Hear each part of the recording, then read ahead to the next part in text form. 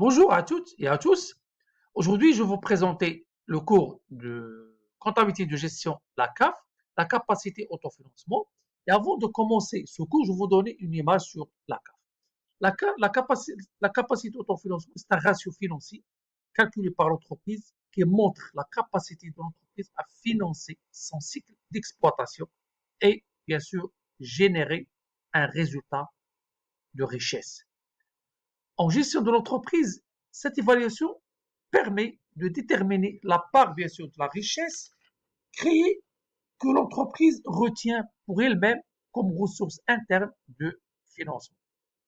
Donc, et après, on verra dans ce cours des exemples, des cas concrets comme des exemples de calcul pour bien assimiler ce qu'on va présenter comme cours.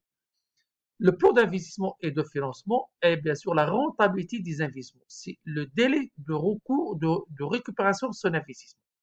Au cours de son existence, l'entreprise doit procéder des investissements.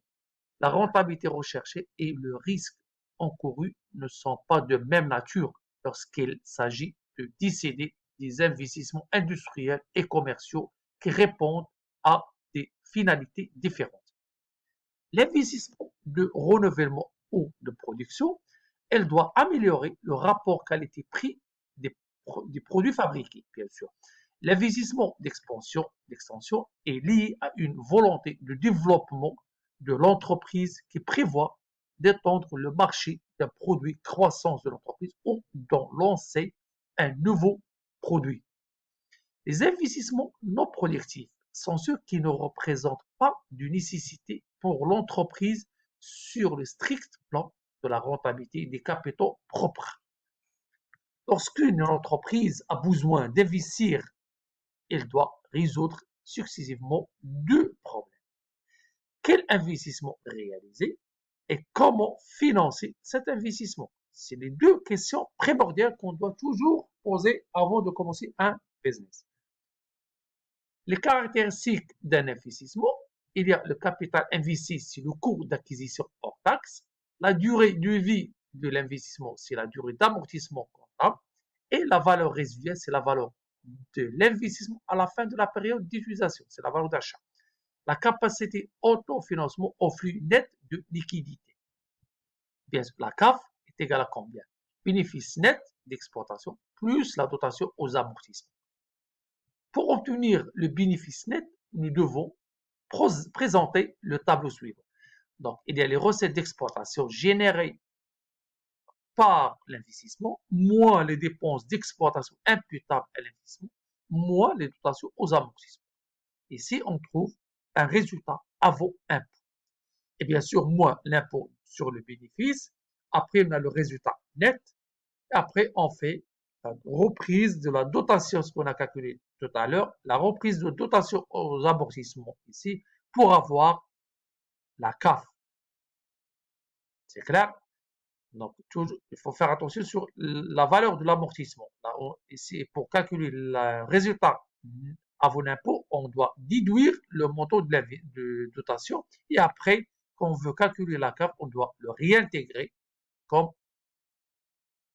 produit. Un exemple. Donc, l'entreprise désire acquérir une machine pour la fabrication de son produit principal. La machine coûte 720 000 dirhams TTC, le taux de TVA c'est 20%, elle est amortissable sur 5 ans. Les données prévisionnelles sont les suivantes. Recettes espérées, c'est 200 000, 400 000, 550 000, et les dépenses supportées, c'est 80 000, 150 000, 300 000, etc. Donc, maintenant, on doit calculer la CAF. Comment on va le faire? Ici, normalement, on va prendre les recettes espérées, c'est 200 000, 400 000, et les dépenses, bien sûr, 80, 150 000 comme énoncé dans l'exemple. Et après, on va calculer l'amortissement. 720 000, l'achat TTC, c'est divisé par 1,20 de la TVA, ça coûte 600 000 dirhams.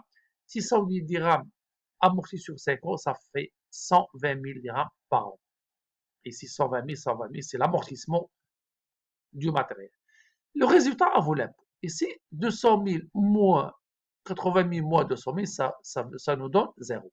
Ici, 130 000 comme résultat, 130 000, 130 000, 130 000. Et l'impôt sur les sociétés, c'est 0, 13, 13, 13, c'est 113 000 fois 10%, ça fait 13 000. Donc, le résultat net, c'est 117, 117, 117, etc. La dotation est aussi, pour calculer la CAF, on doit réintégrer le montant de dotation aux amortissements. Et si on trouve la CAF ou bien le flux net de trésor est égal à 120 000 la première année, deuxième année, c'est 237 000 et la même chose pour la deuxième année, troisième année, quatrième année et la cinquième. Donc, après, on va voir deux méthodes de détermination de la rentabilité d'un investissement. Bien sûr, quand on fait un investissement, toujours, on attend le retour de cet investissement. Le retour, c'est là, les CAF calculés étant répartis dans le temps. Il est nécessaire d'utiliser le procédé de l'actualisation pour pouvoir comparer ces sommes à la date initiale. Le critère de la valeur actuelle nette, cette méthode consiste à actualiser les flux nets de trésorerie à l'époque initiale de l'investissement, le taux d'actualisation étant donné par l'entreprise. Un projet est acceptable en cas de valeur actuelle nette positive. Donc ça, c'est la formule. La valeur actuelle nette, c'est la somme des CAF actualisés, plus la valeur résiduelle actualisée.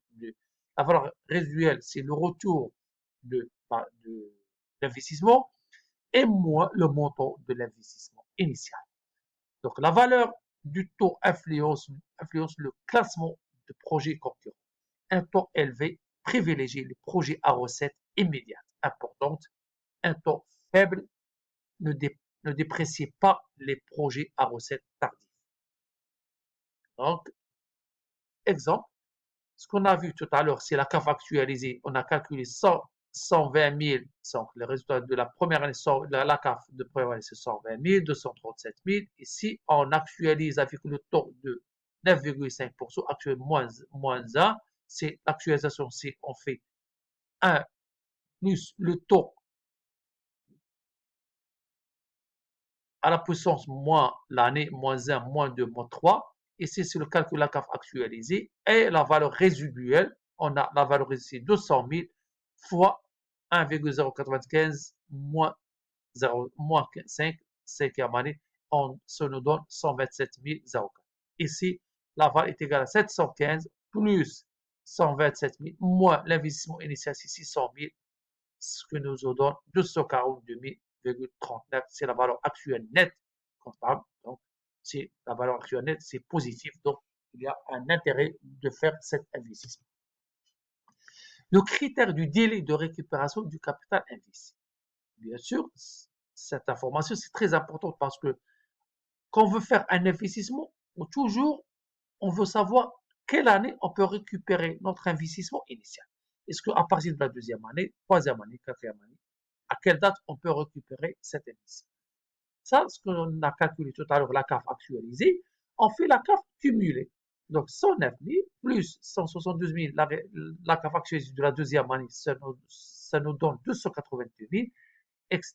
Ici, on trouve à partir de la quatrième année, on a 783 000 et la cinquième année, on a 715 000. Donc, le délai de récupération, c'est entre après la quatrième année. On rentre la cinquième année, à partir de la cinquième année, on peut avoir notre capital investi le premier jour. Donc, une remarque, la valeur du taux influence le classement de projets concurrents. Un taux élevé, le privilégie le projet à recette immédiate importante, un taux faible ne déprécie pas les projets à recette tardives. Donc, le taux retenu peut être soit le taux de rentabilité attendu, soit le taux du marché financier long terme. Le plan de financement. Donc, bien sûr, on aura besoin de faire un plan de financement, soit on va financer notre projet par la capacité autofinancement de l'entreprise, ou bien par appel une augmentation du capital, ou bien par un endettement à long terme, ou bien un recours de crédit bail. Donc, il s'agit de regrouper pour un projet d'investissement déterminé les ressources et les emplois correspondants. Donc, un exemple, on vient pour L'entreprise envisage le financement de l'acquisition du matériel 600 000 dirhams hors taxe par un emprunt égal montant remboursable en 5 ans par fraction égale au taux de 12% par an. En cas d'ajustement nécessaire de la trésorerie, le financement serait assuré par les autres activités de l'entreprise. Tableau d'amortissement de l'emprunt. Maintenant, on va voir comment calculer le taux d'amortissement. Le capital initial, c'est 600 000. Et l'intérêt correspondant, c'est 12% de 600 000, ça nous donne 72 000. L'amortissement constant, c'est 600 000 divisé par 5, soit 120 000 dirhams pour chaque année. Et l'annuité, c'est variant. Bien sûr, on fait l'amortissement 120 000 plus les intérêts, ça nous donne 192 000. Bien sûr, ici, si on veut calculer l'intérêt, on fait le calcul de l'intérêt sur le capital restant dû. 600 000 moins l'amortissement 120 000, ça nous donne 480 000 fois 12%, c'est 57 600. Donc, c'est la méthode de calcul de l'emprunt. Et l'annuité d'un emprunt, on calcule de cette façon.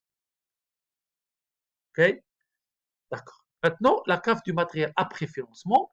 La CAF, c'est déjà calculé. On a 120 000, 237 000, 237 000, etc. La charge d'intérêt, c'est ce qu'on a calculé tout à l'heure, c'est 72 000, 57 000, 43 000, etc. On trouve la CAF après financement. Il y a la CAF avant financement et la CAF après financement. Et maintenant, c'est le plan de financement se présente comme suit. La CAF, ici, la cession d'activité immobilière, ici, 200 000, c'est la valeur résiduelle. C'est la valeur actuelle d'investissement, c'est 600 000. Et bien sûr, le solde cumulé ici. L'excédent ou l'insuffisance de la CAF, c'est le plan de financement, c'est moins 72 000, moins 42 000. À partir de la troisième année, on avoir des résultats bénéficiaires. J'espère que tout le monde a compris le cours de capacité d'autofinancement. N'hésitez pas à m'envoyer votre commentaire et les questions à développer concernant ce. Merci.